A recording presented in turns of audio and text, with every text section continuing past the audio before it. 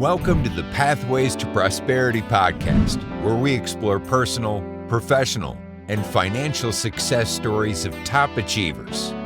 Let's dive in. Hello. Today we're here with Ralph Vock. I actually met Ralph many years ago. I actually worked with him in the restoration industry for a little while. How's it going today, Ralph? Pretty good. Pretty good. I'm, working remote, with my senior manager consulting role as a subject matter expert. So keeping pretty busy. Awesome. You say subject matter expert. What does that consist of? Oh, based on, 25 years plus in manufacturing and industry, major consulting company came to me, become what you call a subject matter expert in different fields, mainly supply chain, sourcing, procurement, with consulting, the younger recent grads, recent hirees, they put together some powerful PowerPoint presentations, based on pretty much theory. So when you go into a client, the first thing they want to know is, because there's a lot of noise out there today, with reports on different aspects, different risks, uncertainty, so forth. And when the presentations are being made, they bring me to bring validity to it. They all look at me and, with the idea, how's this going to be done, Ralph? And I have to jump in and, based on my experience in different industries, I validate what's being said. I have input all the way through in terms of the proposal development and the presentation, but they bring me in, based on my background, my certifications, etc. So it's pretty challenging. I basically, Terrance, I leverage what my background experience has been throughout the years, working. So and starting out and where I'm at today. So it's been good. Nice. So Ralph, I learned very recently you have a pretty interesting background and start to life, and we'll dig into a few other things here in a second. But as you know, our goal is always to share success and what that means in many different aspects and forms. But could you tell us a little bit about your life and starting out? Yeah, basically, I did it my way. I grew up in a small town in Pittsburgh called Carnegie. A lot of Italian heritage, a lot of family roots, but I grew up without a father, and blue collar, and I spent a couple years in an orphanage, and from there I was adopted when I was in the 10th grade, and from there I played sports and went on to college and had much success in the industry and so forth. So it was being raised without a father and not handed a golden plate. My father that adopted me was a janitor, worked 2 jobs.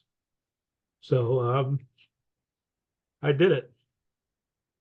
So it was not easy. And I've got a lot of experience with that. And, a lot of kids today should feel fortunate what they have and pursue it. Don't take anything for granted. Just get it done. You can do it. Yep, absolutely. No, and that's the thing, we love to, everybody thinks things come so easily nowadays. America's turned into, as I tell people all the time, a microwave society. They want it now. And they don't want to wait for anything, and they're always looking for the next easy thing to do. When I was growing up, we didn't have computers. We didn't have cell phones. Mhm. We didn't have color TVs. We had pagers and phone booths where you drop a quarter in to make a phone call.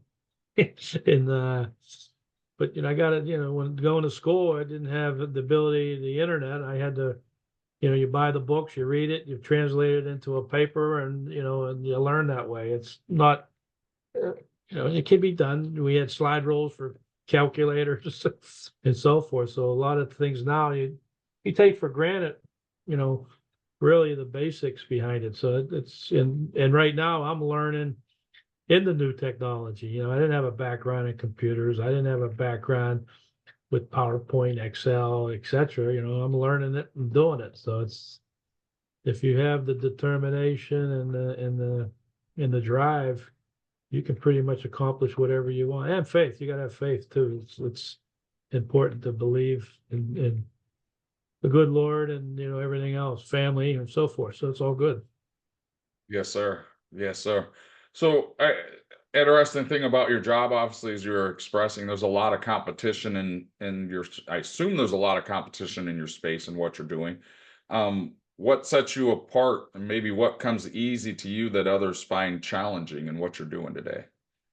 Well, today's business, when we got hit with the pandemic, caught a lot of companies by surprise in terms of how they manage their supply chain, the procurement, and just their MRP, their ERP systems. But right now, the way to differentiate yourself and what the story I'm telling, disruption is a given right now. I mean, everyone has risk in their business. The task today is addressing the uncertainty in the risk. What's going on with the geopolitics, what's going on with tariffs, what's going on with a lot of things that are uncertain. So a lot of the procurement operators, management are looking for ways to identify these alerts to manage it proactively versus reacting. Looking, hey, what's happened to everyone knows what's happened to them the last 6 months. They want to know what's going to happen to them in the next 6 months and be able to plan for that. So that's kind of the focus we're trying to make, and that's kind of the areas of focus I'm working on in terms of looking at each industry, what are their key challenges and how can you develop certain risk alerts to address those. And that's and there's people listening to that, because every now, like I said, there's a lot of noise out there with systems like Ariba, Oracle, SAP, the procure to pay, tactical, transactional. Everyone knows that. That's been going on for 5-6 years. It's what do you do how do you do process change? How do you address things that as simple as like accounts payable? Every company has issues with 100% visibility on goods receipts. And there's always a backlog of the three-way match, you call it, with PO to receipt to the invoice. And there's where the process changed. What are we doing about gaining 100% visibility with those goods receipts was one key area to look at. So that's kind of what we're focusing on and what they brought me in to try to differentiate ourselves. And there's a lot of big consulting companies like Deloitte and Accenture, and there's a lot of boutique companies that specialize. And I just came, and that's one thing. I just left Deloitte. I was with them for 5 years, and the company I'm with now brought me over based on their focus is they're a pure play with 100% supply chain and artificial intelligence. So learning, the different models of artificial intelligence, not just typing in a chat GBT and get an answer. You got to have the right prompts, and you got to have that interference, the human in the loop type of thing they call it. You got to validate what the different models are saying, because if you don't validate, you could be what they call hallucinating, and you could be misleading because it's a computer and all they're doing is taking data from the internet and putting a story together for you. So you got to be careful with that. Yeah, we're definitely expanding into the AI section ourselves, and it's even when you have all the right data, there's still a lot of stuff that has to happen in the background to make sure you're getting what you need out of it. So we're trying to get it implemented into our system. It can consolidate a lot of data analysis. One aspect is lessons learned on different projects. being able to summarize that and put you in a better direction. So a lot of that tactical work, the project managers or whoever don't have time to do that. So now they're focusing on making decisions what AI is providing them in a positive manner, but they got to be careful with that. They got to validate it, different guides and so forth. Okay. Yeah. So I'm just curious now. I mean, it sounds like you do a lot of international stuff. Did that have you traveling outside the country a lot when you were doing this when you were younger, or was that Yeah. Well, one company, I was in the steel industry for many years, and back in '08, when the industry was up, the whole industry was upside down. The three automotive companies were bankrupt. I was in Detroit, and that year there was 24 bankruptcies for steel, and I was with National Steel, fourth largest, and they were owned at that time by a Japanese company called NKK, and they wanted out of the U.S. market, so they just shut down and liquidated. And then U.S. Steel come in and bought pieces of it. With that, based on where I was, well, I traveled with that position. I traveled to Brazil, Italy, and to buy steel slabs to augment our business that we couldn't produce based on the demand at that time. But I came to Florida. That's what brought me to Florida. I worked for a water meter company that brought me down as a change agent to change from a tactical organization to a strategic organization and to support lean. And, first thing I did is I created what they call category commodity managers that specialized in steel, plastic resins, electronics, so forth. And one of my jobs back then, at that time, as everyone knows, the U.S. was pushing to go to low-cost countries for production. And one of them I was involved with was bronze castings for our meter bodies. And I took a team to China, and we worked with a private owner, and we augmented his facility to produce just our 174 different body types and to clear SGS quality assurance there, as well as our low lead qualifications in the U.S. And that entailed international drive. I went to China looking for raw materials for the steel, looking for the bronze castings, as well as Mexico. So yeah, I've been through Brazil, Mexico, China, England, Italy, just on work-related business. So yes, a lot of experience with international trade, tariffs, local government agencies, because a lot of times, especially in China, it's the local provinces that control, the business that's being exported. There's a lot of power with the local provinces, and you got to build a relationship with them before it even gets to the higher level. So that's key. But yeah, I've got a lot of exposure to international trade. cool? So if someone listening wants to would be interested in maybe looking into your field or doing something like that, where would you suggest they start, or any tips that you would give them? Well, thinking back, if I had to do it over again, especially today's, one of the key areas for supply chain logistics training is officer candidate school. Getting your college degree, specializing in supply chain or procurement, but then going into office candidate school, because some of the work I've done with Homeland Security, the VA hospital, with my consulting, a lot of them were former veterans that specialized in supply chain and logistics. They had all the skills, they had all the right skills in terms of supply chain, logistics, PowerPoint, Excel, Power BI. They're well trained. And if I had to do it again in today's world, that's what I would recommend. That's what I'm recommending to my grandson, but who knows what he's going to do. We try, right? That's all we That can do, right? service aspect is tough duty, right? With certain ages. But I think that the training, the discipline, and everything you get out of it if I had to do it over, that's what I would do. That's what I would recommend. Awesome. Awesome. Okay. So, what is maybe one of the biggest challenges you've had to overcome in your career? Um, I think it's building confidence that I know what I'm talking about for change. I've had that in the steel. I had that with the water meter business. I had that with my first project, with the consulting company.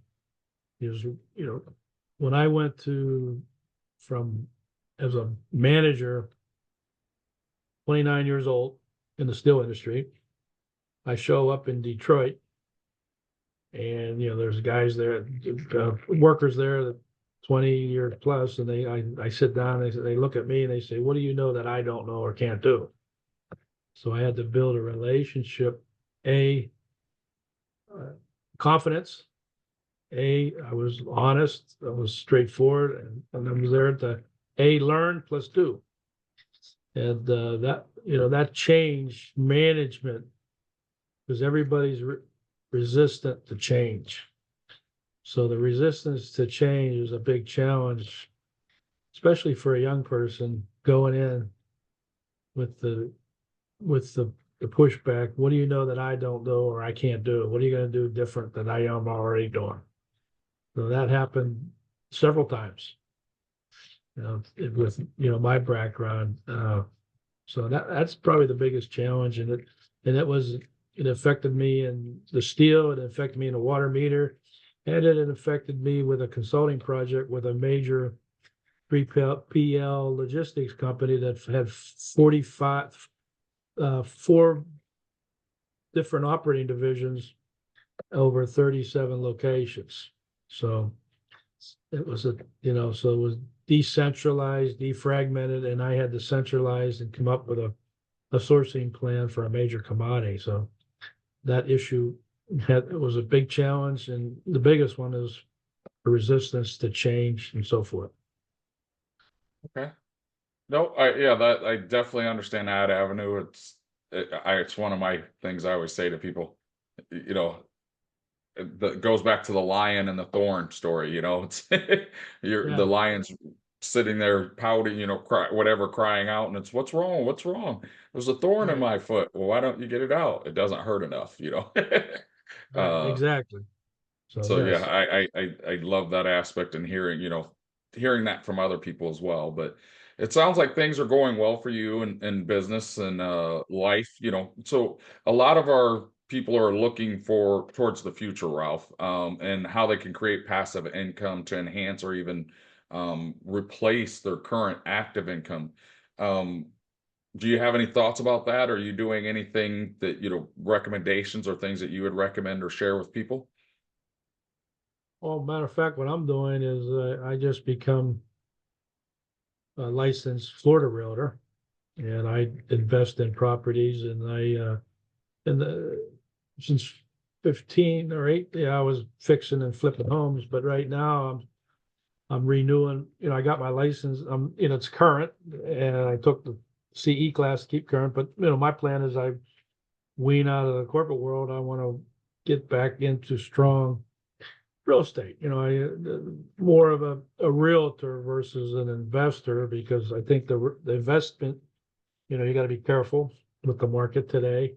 Oh And yes. I think that, I just don't want to lay on the couch and watch the Today Show. So I want to, I'm looking at the Florida realtor aspect. And I'm getting ready. I'm probably 4 or 5 years away from getting out of the corporate world, so that's my plan of attack. Nice. I've tried other things, as you know. A franchise. I bought the restoration company, and that was tough duty for me coming from the north to break the Yankee type of with the Hmm. insurance companies. And it was funny when I did it. I think the year before there was like 7, 8 hurricanes, and I said, "Man, they need people." And then the year I Yeah. took on didn't have one hurricane. Yeah. That was tough duty, though. But you live and learn, and I probably should have stuck with it, but I figured that I got to move on. Yep. So, Yep. Well, that's a hard thing in business is, not everything is successful. We all know that. And, right. you kind of hit on that one, though. You're always looking for the next avenue. It's not just quit, uh, and, put your head down and walk away and I can't do this. So, Right. as we're wrapping up our interview, do you have any exciting plans or initiatives in the works for the next 6 to 12 months? Well, I'm just starting this new position with my consulting, so I'm on the ground floor, developing strategy, and I'm just going to get assigned to a project. So I want to focus on that for a couple of years. I just joined, so I got to give them time of day, and then this running parallel when I fit time in is keep active with what's going on in the real estate, the mortgage rates, this training, the transactionals, keeping abreast on the new agreements in place, so forth. So when I do retire from corporate, I have a plan. Now, this is another curiosity question. Are you looking to be a seller agent or a buyer agent? Um, I want to be an exclusive buyer, broker, transactional agent. With the new Okay. laws, I want to become a transactional realtor working exclusively for a broker. That's my intent. Okay. I just asked because I know that there's been a lot of changes that have happened recently, and it's still shaking out as to what the repercussions of that are. Yeah, it's all So dealing with compensation, commissions, and making sure you have compensation agreement understood and a relationship with a potential buyer prior to showings and spending time.